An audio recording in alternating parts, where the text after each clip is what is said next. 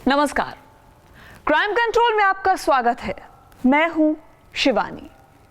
बाप बड़ा ना भैया, सबसे बड़ा रुपया। जमीन के बंटवारे का विवाद बाप बेटे के रिश्ते पर भारी पड़ गया। दोनों तरफ से तलवारें खिंच गई थी। आए दिन विवाद होता था, लेकिन किसी ने भी यह नहीं सोचा था कि पिता अपने बेटे का घर उजाड़ देगा। एक दिन बेटा घर में नहीं था। इसी दौरान पिता को किसी बात पर गुस्सा आया और उसने बेटे की पत्नी यानी बहू की गोली मारकर हत्या कर दी। क्राइम कंट्रोल में आज हम ससुर की शातिराना करतूत से पर्दा उठाएंगे, साथ ही दिखाएंगे अपराध की कुछ और अहम खबरें। बंटवारा ये एक ऐसा शब्द है जिसके पीछे विवाद अपने आप जुड़ जाता है। परिवार बड़ा हो, अमीर हो या फिर गरीब, बंटवारे में हर किसी को संतुष्ट कर पाना बेहद मुश्किल होता है। इलाहाबाद में जमीन के विवाद में रोंगटे खड़े कर देने वाली वारदात सामने आई। ससुर ने ही बहू की गोली मारकर हत्या कर दी, फिर कट्टा लेकर खुद ही थाने पहुंचकर सरेंडर भी कर दिया।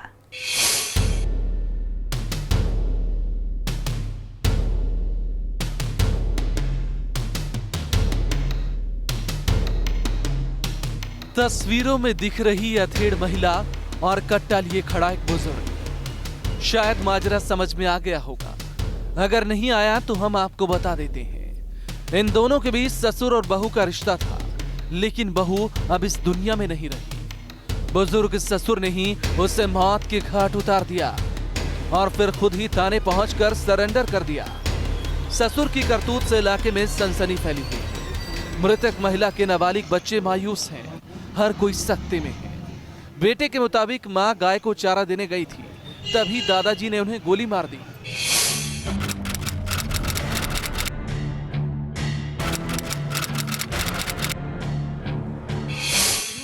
कत्ल की सनसनीखेज वारदात घूरपुर थाना इलाके के सरंगपुर गांव की है। सुबह गांव में उस वक्त हड़कंप मच गया जब लोगों ने गोली चलने की आवाज सुनी। शिव मूरत ने अपनी बड़ी बहू अंजू को कट्टे से 2 गोलियां मारी थी, जिससे अंजू ने मौके पर ही दम तोड़ दिया। मौके पर पहुंचे लोग सख्ते में आ गए। बहू की हत्या कर आरोपी शिव मूरत सीधे थाने गया और सरेंडर कर दिया। खूनी वारदात के पीछे जमीन का विवाद सामने आ रहा है। पापा और बाबा के बीच में विवाद था। जब मम्मी चारा डालने गई थी तो फिर बाबा ने अकेले पार्टी मम्मी को ली। शिव मूरत के 2 बेटे हैं, राजीव और राणा। दोनों ही सेना से रिटायर हैं। शिव मूरत ने अपनी जमीन तो दोनों बेटों में बांट दी, लेकिन भाई से मिली जमीन वो सिर्फ छोटे बेटे को ही देना चाहता था। इसी बात को लेकर बड़े बेटे से उनका झगड़ा होता था। हालांकि बेटे का कहना है कि समझौता हो गया था, लेकिन सुबह ससुर और बहू के बीच ऐसा क्या हुआ जिसे लेकर इतनी बड़ी वारदात सामने आई, ये किसी को नहीं पता। मैं बारात में गया था। सुबह वापसी आते समय हमको रास्ते में सूचना मिली। क्या कोई विवाद था? बात घरेलू मैटर था, उसमें जो है हमको पहले सुलझ चुका था। ये बाद में ऐसा कोई बात नहीं था। दोबारा विवाद हुआ हो तो इसके बारे में नहीं बता पाएंगे। किसने किसको मारा है? हमारे पिताजी ने हमारी धर्मपत्नी को। वारदात के वक्त बेटा राजीव पड़ोसी की शादी में गया हुआ था। बहू अंजू अपने दोनों बच्चों के साथ घर में थी। हो सकता है कि पति की गैर मौजूदगी में बहू अंजू और आरोपी ससुर के बीच कुछ कहा सुनी हो गई, जिसके बाद उसने गुस्से में आकर उसकी जान ले ली। फिलहाल पुलिस मामले की जांच में जुटी है। आरोपी शिव मूरत को गिरफ्तार कर जेल भेज दिया गया है, लेकिन गुस्से में आकर आरोपी ने अपने ही बेटे का घर उजाड़ दिया। क्राइम कंट्रोल के लिए आवाज से पंकज श्रीवास्तव, न्यूज स्टेट, उत्तराखंड, उत्तर प्रदेश। सूबे में जब वर्दी वाले ही महफूज नहीं हैं, तो आम लोगों की सुरक्षा की बात करना ही बेमानी है। मुख्यमंत्री के गृह जिले इटावा में खेत से एक सिपाही की लाश बरामद हुई तो हड़कंप मच गया।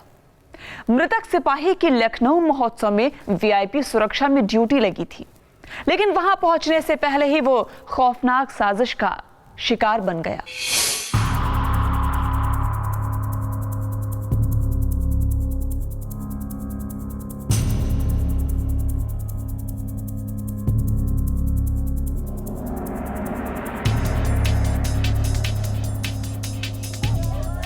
खेत में औंधे मुंह पड़ा ये शव एक पुलिसकर्मी का है। इस पर लोगों की सुरक्षा का जिम्मा था, लेकिन ये खुद ही अपराधियों के बेखौफ साजिश का शिकार बन गया। इलाके के लोगों ने सिपाही का शव देखा तो कोहराम मच गया। किसी की समझ में नहीं आ रहा था कि पुलिस का जवान होने के बावजूद वो अपराधियों का शिकार कैसे बना। अपने जवान की हत्या की खबर से पुलिस भी सख्ते में है, लेकिन ना तो अभी तक कत्ल की वजह का पता चल पाया है और ना ही अपराधियों के बारे में कोई जानकारी मिली है।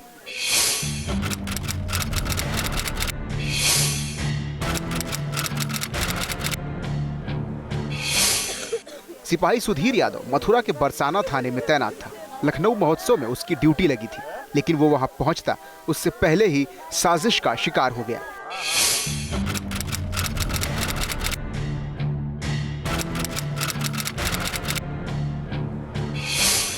सिपाही की हत्या की वारदात वैदपुर थाना इलाके की है।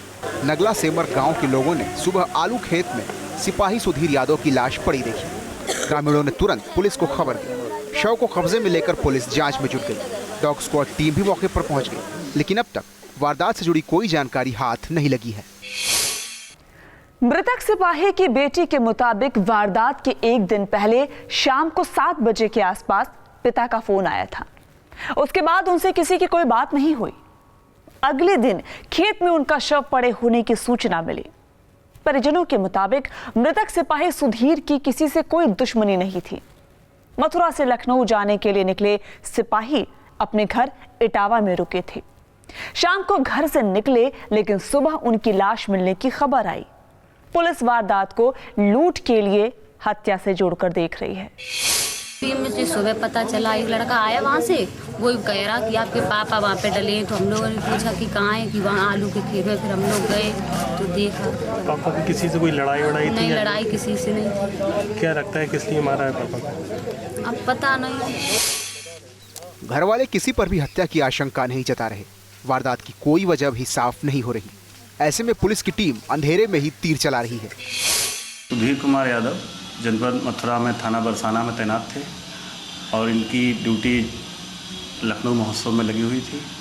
जो ड्यूटी पर जा रहे थे, इनका नगला सेमरा में एक रहने वाले हैं, यहाँ पर ये आए थे और अभी जो सूचना पर हम लोग पहुँचे हैं तो वहाँ पर इनकी बॉडी मिली, जिसमें सिर पर चोट के निशान हैं और गला घोंट कर हत्या की अभी तक जो चीज़ हम लोग पता लगे और इस पर जाँच पड़ताल की जा रही है। पुलिस की टीम अपने सिपाही की हत्या का जल्द खुलासा करने का दावा कर रही है, लेकिन उनके पास इस सवाल का कोई जवाब नहीं कि वो हत्यारों तक कैसे पहुंचेंगे।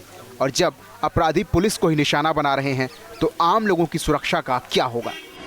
क्राइम कंट्रोल के लिए इटावा से अन्नू चौरसिया, न्यूज स्टेट, उत्तराखंड, उत्तर प्रदेश। 14 साल का छात्र स्कूल गया था। दोपहर को स्कूल की छुट्टी हुई, लेकिन वो घर नहीं पहुंचा। परेशान घर वाले उसके तलाश में जुट गए। साथ ही छात्रों से पूछताछ में पता चला कि वो किसी की स्कूटी पर बैठकर गया है। परिवार रात तक भटकता रहा। दूसरे दिन सुबह उसकी साइकिल और बैग लावारिस हालत में मिले तो कोहराम मच गया। कुछ देर बाद रेलवे ट्रैक के पास उसकी लाश मिली तो सनसनी फैल गई। छात्र की हत्या की वारदात कानपुर देहात की है।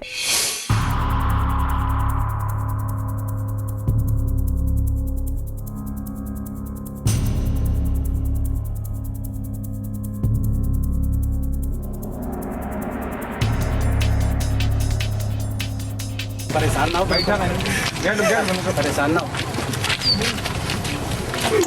इकलौती बेटे को खो चुका परिवार तड़प रहा है। आंखों में आंसुओं का सैलाब उमड़ पड़ा है। गम में डूबे माँ और पिता को संभालना मुश्किल है। भाई की याद में नाबालिग बहन तो रो रो कर बेसुध हो गई।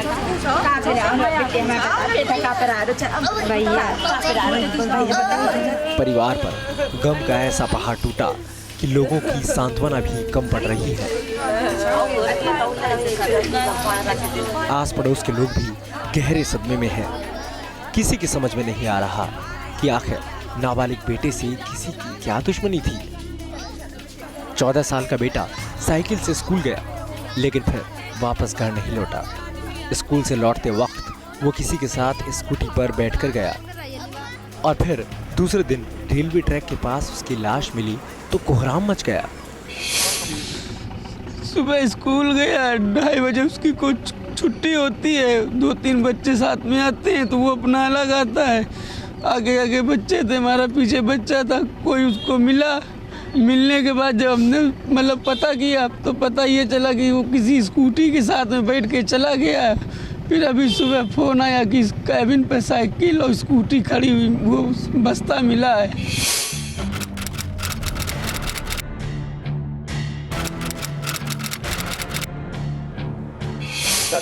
छात्र के कत्ल की वारदात रूरा कस्बे की विद्युत विभाग कॉलोनी की है। लाइनमैन संजय कुशवाहा कॉलोनी में अपनी पत्नी ललिता और बच्चों के साथ रहते हैं। संजय का इकलौता बेटा अनुभव 10वीं का छात्र था।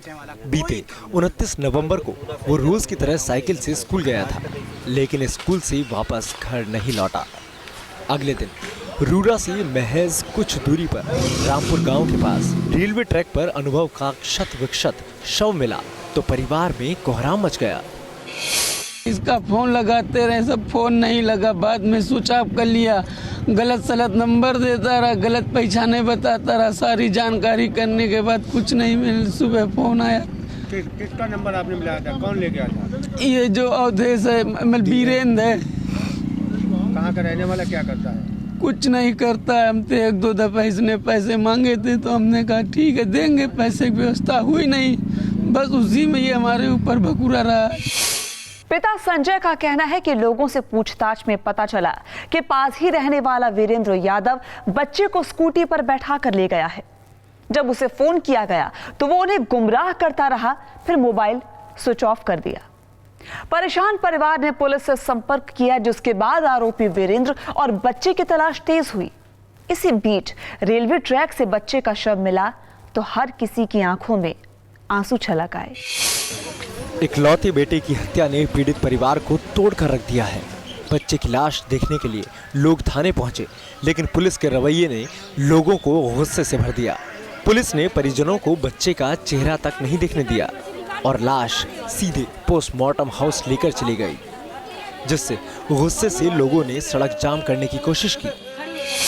हम लोग जब वहाँ पहुँचे, घटनाक्रम के बाद देखा तो घर के लोग चाहते थे कि बच्चे की मिट्टी थाने में आई है, एक बार कम से कम उसका चेहरा तो देख लें। पुलिस ने वहाँ ज़बरदस्ती मिट्टी को उठा के चलने लगी तो लोगों ने जाम लगाने का प्रयास किया, फिर रास्ते में भी रोकने का प्रयास किया तो पुलिस ने जबरियाँ मिट्टी लेके सीधे पोस्टमार्टम हाउस चली आई। घर परिजनों को मिट्टी भी नहीं देखने का मौका दिया। पुलिस के रवैये से पीड़ित परिवार गुस्से में है। पुलिस अगर वक्त रहते वीरेंद्र को पकड़ने की कोशिश करती और उस पर दबाव बनाती तो शायद अनुभव जिंदा होता, लेकिन आला अधिकारी लापरवाह पुलिसकर्मियों का बचाव करते नजर आ रहे हैं। इसके पिता संजय ने कल थाने में तहरीर दी थी तो उसमें 391/16 धारा 363 मुकदमा लिखा गया था बनाम अज्ञात में। आज सुबह इसकी रेलवे ट्रैक पे डेड बॉडी मिली है और इसी संबंध में उसके पंचायत नाम पोस्टमार्टम कराया गया है और शीघ्र ही इस घटना का अनावरण किया जाएगा और विवेचना पर प्रगति इसकी की जा रही है। हत्या की वजह कुछ क्लियर हो पाई है? अब इसकी जांच चल रही है, उससे पूछताछ चल रही है, कुछ संदिग्धों से पूछताछ हो रही है और जल्दी इसका खुलासा किया जाएगा। हर माँ बाप के लिए उनके बच्चे ही सब कुछ होते हैं। संजय के परिवार ने भी अपने बेटे के लिए लाखों सपने देखे थे, लेकिन दरिंदे ने उनके घर के चिराग को बुझा दिया। आरोपी वीरेंद्र यादव अपराधी किस्म का है।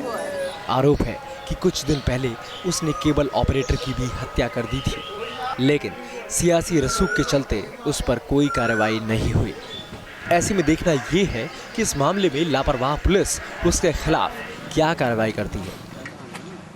क्राइम कंट्रोल के लिए कानपुर देहात से रतीश त्रिवेदी, न्यूज स्टेट, उत्तराखंड, उत्तर प्रदेश। बलिया में पुराने रंजिश में 2 पक्षों में मारपीट शुरू हुई और ईंट पत्थर चले। देखते ही देखते हंगामा इतना विकराल हो गया कि कई लोग बुरी तरह जख्मी हो गए और एक शख्स को अपनी जान गंवानी पड़ी। जबरदस्त हंगामे के बाद लोग पुलिस पर भी लापरवाही के आरोप लगा रहे हैं। आरोप है कि मौके से महज 500 मीटर की दूरी पर ही थाना है, लेकिन पुलिस को पहुंचने में घंटों लग गए।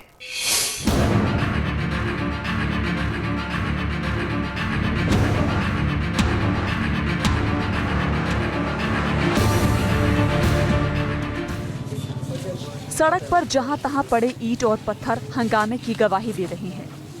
घंटों तक हुए हंगामे के दौरान यहां दो पक्षों के बीच जमकर लाठी डंडे चले, लेकिन ये झगड़ा एक परिवार को गहरे जख्म दे गया। पुरानी रंजिश को लेकर हुई मारपीट में कई लोग घायल हुए, लेकिन गंभीर रूप से जख्मी एक शख्स की जान चली गई। हंगामा करने वालों में ग्राम प्रधान भी शामिल था। आरोप है कि सफाई कर्मी के परिवार और ग्राम प्रधान के बीच पहले से विवाद था, जिसके बाद बवाल शुरू हुआ, जो एक की मौत के बाद ही थमा।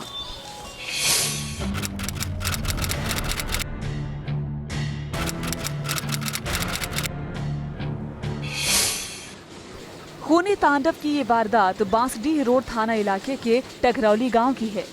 मारपीट का मामला देर रात का है, लेकिन शिकायत के बाद भी पुलिस वक्त रहते मौके वारदात पर नहीं पहुंची, जिससे ग्रामीण आक्रोशित हो उठे।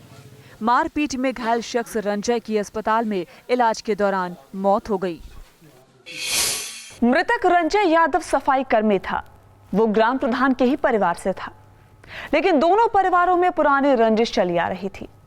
अपनी खुन्नस निकालने के लिए ग्राम प्रधान के गुट ने देर रात रंजय यादव के चाचा प्रेम यादव के साथ बीच सड़क पर मारपीट की। फिर तमंचा लहराते हुए रंजय को ढूंढते हुए उसके घर जा पहुंचे। रंजय अपने घर के बाहर ही बरामदे में आराम से बैठा हुआ था, तभी दबंगों ने उसे पीटना शुरू कर दिया। इसके पीछे वजह के चाचा हमारे मोड़ पे जाके बैठे थे वहाँ पे, अब बस वहीं पे जाके चारों भाई मिलके मारने लगे। तब तक घर पे आके बताए वो, तो यहाँ से भैया पूछ जांच करने लगे, बस वहाँ से गोली फायर करने लगे। द्वार पे चढ़ के हुआ था। हाँ, एक ही राउंड, बस भैया को पता नहीं था, सामने आकर और फ्राक से उनको यहाँ पे गोली मार दिए गए।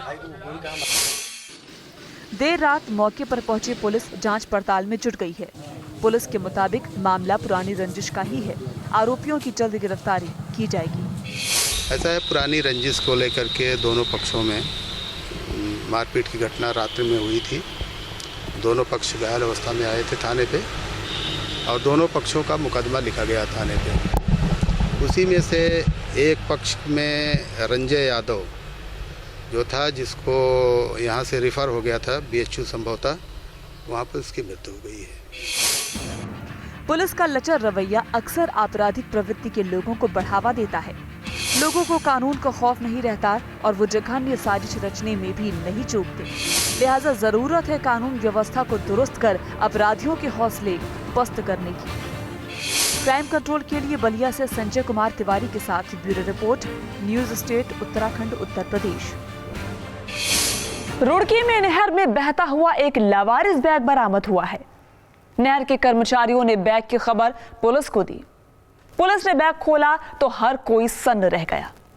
बैंक में पंजाब पुलिस की 3 वर्दी, बेल्ट और स्टार भरे हुए थे। पुलिस इसे पंजाब की नाभा जेल ब्रेक कांड से जोड़कर भी देख रही है, क्योंकि जेल से फरार हुए शातिर अपराधी पुलिस की वर्दी पहनकर फरार हुए थे।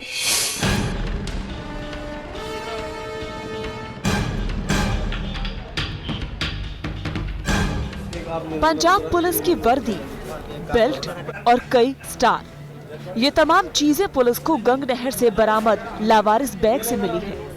एक वर्दी दारोगा की है, जबकि 2 कांस्टेबल की। पगड़ी और टोपी भी है। इस सामान को देखकर हर कोई हैरान था कि आखिर ये वर्दियां नहर में कैसे पहुंची। लेकिन छानबीन के बाद ये समझने में देर नहीं लगी कि पुलिस की वर्दी के तार पंजाब की नाभा जेल ब्रेक से जुड़े हुए हैं। दरअसल 27 नवंबर को नाभा जेल ब्रेक की जो साजिश रची गई थी, उसके शातिर पुलिस की वर्दी में ही जेल पहुंचे थे। पुलिस मामले की तहकीकात में जुट गई है।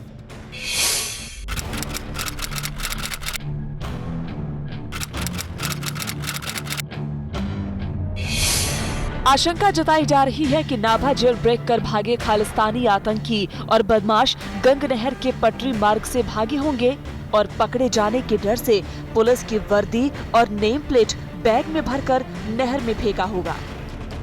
क्योंकि ये खबर फैल चुकी थी कि अपराधी पुलिस की वर्दी में भागे हैं, लिहाजा उन्हें पकड़े जाने का डर रहा होगा। बैग से बरामद 2 नेम प्लेट भी मिली है, जिसमें हरजीत सिंह और बलवंत सिंह का नाम लिखा हुआ है। मोहम्मदपुर जहाल पर एक बैग बरामद किया, जिसमें पंजाब पुलिस की वर्दियाँ थी 3 गरम शर्ट, 2 पैंटें, 4 साफा, 4 बेल्ट, बैजेस वगैरह सभी पंजाब पुलिस का सामान था, जो देखने से नया प्रतीत हो रहा था। सर अधिकारी की वर्दी है या सर कांस्टेबल की वर्दी? इसमें 2 शर्ट कांस्टेबल की है, संभवतः एक ASI की है। दरअसल बीते 27 नवंबर को पटियाला के नाभा जेल ब्रेक की साजिश अपराधियों ने पंजाब पुलिस की वर्दी पहनकर ही रची थी। एक कैदी को जेल में छोड़ने के बहाने शातिर पुलिस की वर्दी में जेल के अंदर घुसे और अंधाधुंध फायरिंग कर हरमिंदर सिंह मिंटू समेत 6 खूंखार कैदियों को छुड़ा लिया था। जेल ब्रेक की पूरी साजिश कुख्यात अपराधी परमिंदर सिंह और उसके साथियों ने मिलकर रची थी। पुलिस ने परमिंदर, उसके साथी की पत्नी और नौकर आदित्य को गिरफ्तार कर लिया है। खालिस्तानी आतंकी हरमिंदर को भी पुलिस ने धर दबोचा, लेकिन बाकी फरार अपराधियों का अभी तक कोई सुराग हाथ नहीं लगा। रुड़की से बरामद बैग से इतना तो साफ है कि अपराधी आसपास कहीं छिपे हो सकते हैं। मंगलौर थाना क्षेत्र में एक जगह पर लावारिस बैग मिला, जिसमें कुछ वर्दी और लेनियार्ड, कैप वगैरह मिली, जो पंजाब पुलिस की उसमें लोगो लगा हुआ था।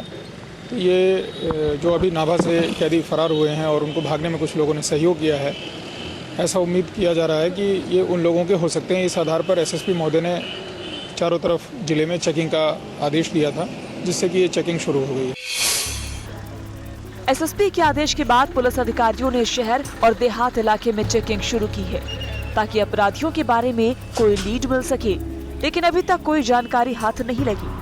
दरअसल जेल ब्रेक की साजिश रचने वाला परमिंदर देहरादून में ही छिपा था और यहीं पर उसने पूरी साजिश रची थी। लिहाजा उत्तराखंड पुलिस भी अलर्ट पर है। क्राइम कंट्रोल के लिए रुड़की से दीपक शर्मा के साथ bureau report, news state Uttarakhand, Uttar Pradesh. Crime control में अब आपको दिखाते हैं अपराध की कुछ और अहम खबरें क्राइम टॉप 5 में। गोरखपुर से चौंकाने वाली तस्वीरें सामने आई हैं। दाऊदपुर इलाके में कुछ बदमाशों ने सरेशाम एक कारोबारी पर गोलियां चला दी। गनीमत रही कि वारदात में फर्नीचर कारोबारी की जान बच गई। गोलीबारी की तस्वीरें CCTV में कैद हो गई हैं। गोलीबारी के दौरान कारोबारी संत निषाद ने नाले में छिपकर अपनी जान बचाई। कारोबारी की हत्या में नाकाम बदमाश मौके से फरार हो गए। कारोबारी के मुताबिक आपसी रंजिश में उनके ऊपर गोलियां चलाई गई हैं।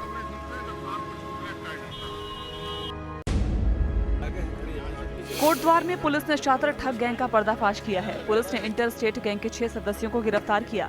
गैंग के 2 सदस्य अभी भी फरार चल रहे हैं, जिन्हें पुलिस ने जल्द गिरफ्तार करने का दावा किया। शातिर अपराधियों के पास से पुलिस ने लूट के माल के साथ भारी संख्या में माल बरामद किया। पकड़े गए 6 सदस्यों में 3 वसीम गैंग के और 3 रफाकत गैंग के सदस्य हैं। दिल्ली से सटे ग्रेटर नोएडा के दादरी में पुलिस ने एक ट्रक लूट की घटना को अंजाम देने वाले गिरोह का पर्दाफाश किया। पुलिस ने 3 आरोपियों को गिरफ्तार कर लूट का माल बरामद किया। आरोपी ट्रक के ड्राइवर और बाकी स्टाफ को बंधक बनाकर लूटते थे और ड्राइवर हेल्पर को नशीला पदार्थ खिलाकर सुनसान इलाके में फेंक देते थे। अभियुक्तों पर पहले से ही लूट के कई मामले दर्ज हैं।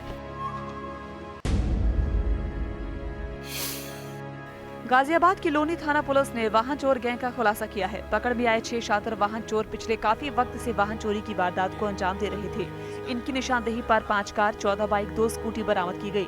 ये गैंग इंटर स्टेट गैंग के तौर पर वारदात को अंजाम दिया करता था। पुलिस ने इन्हें चेकिंग के दौरान पुस्त के DLF कॉलोनी से गिरफ्तार किया।